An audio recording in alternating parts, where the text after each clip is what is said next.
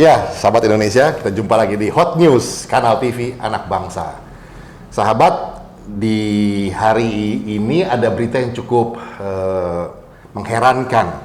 Kenapa mengherankan? Judulnya dari Detik News kami kutipkan, Kapolda minta pemerintah tuntaskan kasus HAM di Papua.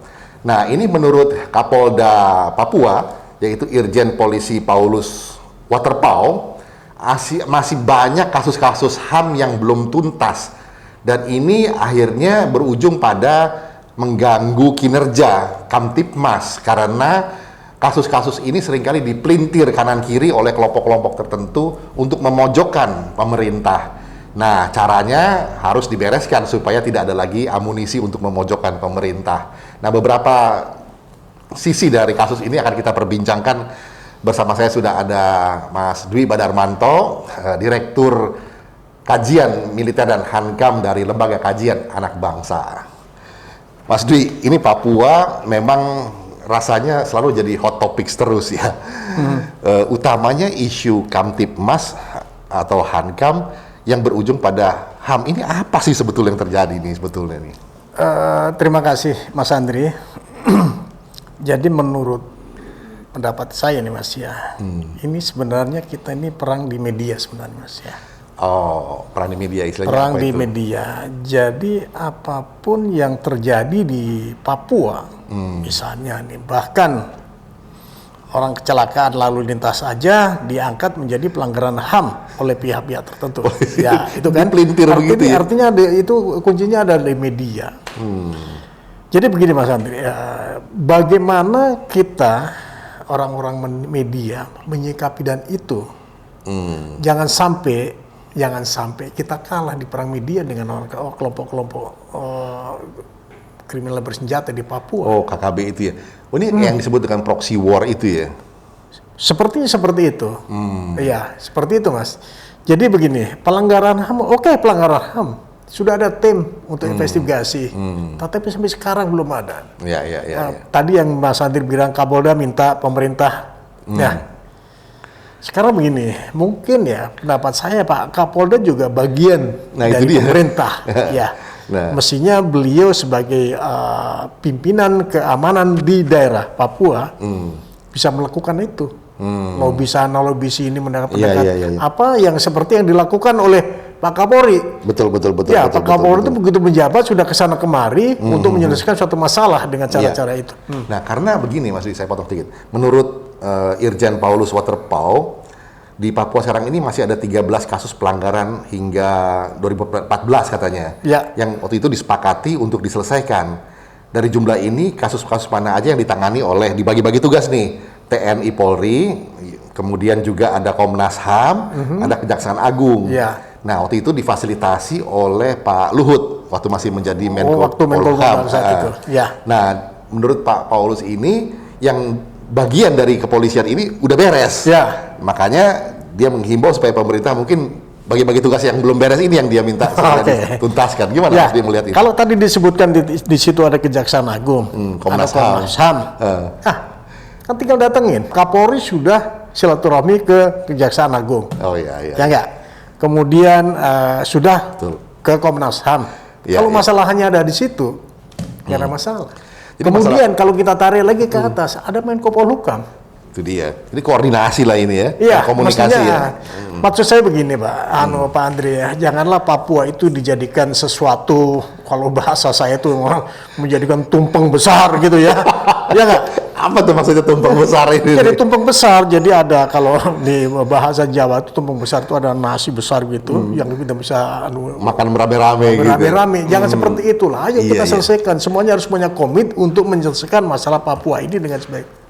Tadi Mas Andri sudah bilang, TNI dari apa yang menjadi tanggung jawab pihak keamanan dalam hal ini TNI dan Polri sudah dilaksanakan. Sudah selesai. Bahkan Kapolda bilang tinggal dari stakeholder yang lain. Stakeholder yang lain udah jelas tadi. Jadi harus kompak lah ini ya. Ini aja diselesaikan bareng-bareng pasti selesai kok. Nah ini sahabat Indonesia, jangan sampai kita mengkritisinya ini dalam artian begini. Jangan sampai satu masalah di satu daerah itu justru menjadi satu proyek istilah perumpamaannya atau metafornya adalah tumpeng besar, sehingga bukannya diselesaikan tapi malah dirawat begitu ya. Ya. Nah ini amat disayangkan, dan itu betul-betul boleh dikatakan satu kejahatan kemanusiaan juga, karena akhirnya yang menjadi korban toh saudara-saudara kita di Papua. Dan alat di dalam masa saat ini yang dipakai adalah media. Betul. Sehingga terjadi penggiringan opini bahwa masalahnya masih belum beres lah, ini kesalahannya ada di pihak Polri, TNI lah, dan seterusnya. Iya. Nah, bagaimana sebaiknya Mas Dwi? Tadi media sudah disampaikan, nah sekarang ini publik yang harus bersikap nih, apakah mesti pasif atau juga bagaimana sebaiknya saran Mas Dwi ini?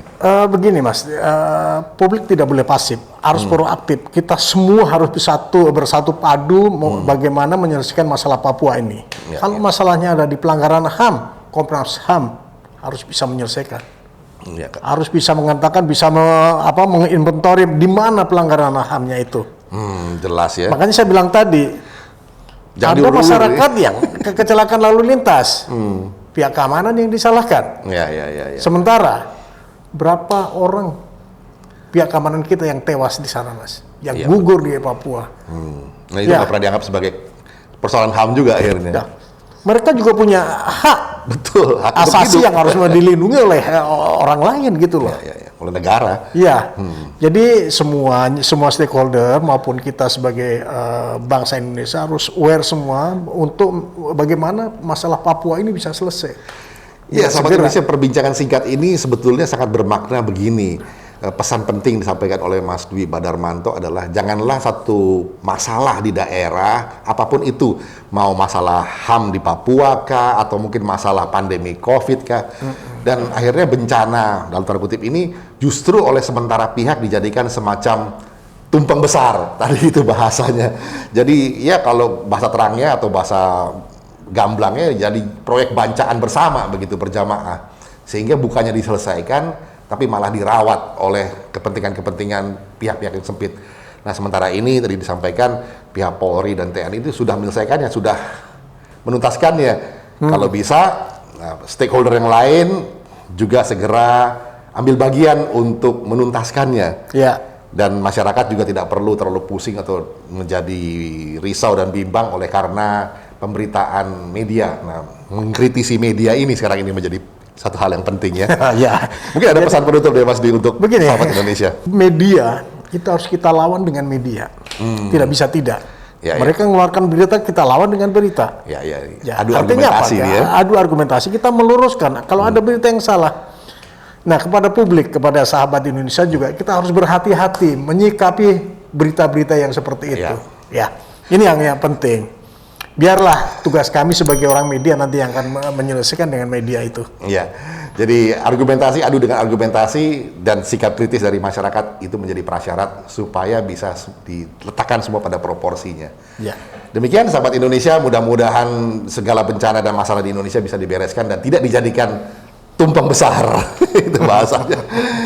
Kita tetap optimis, aparat sedang bekerja keras di Papua maupun di berbagai daerah. Indonesia aman. Aman.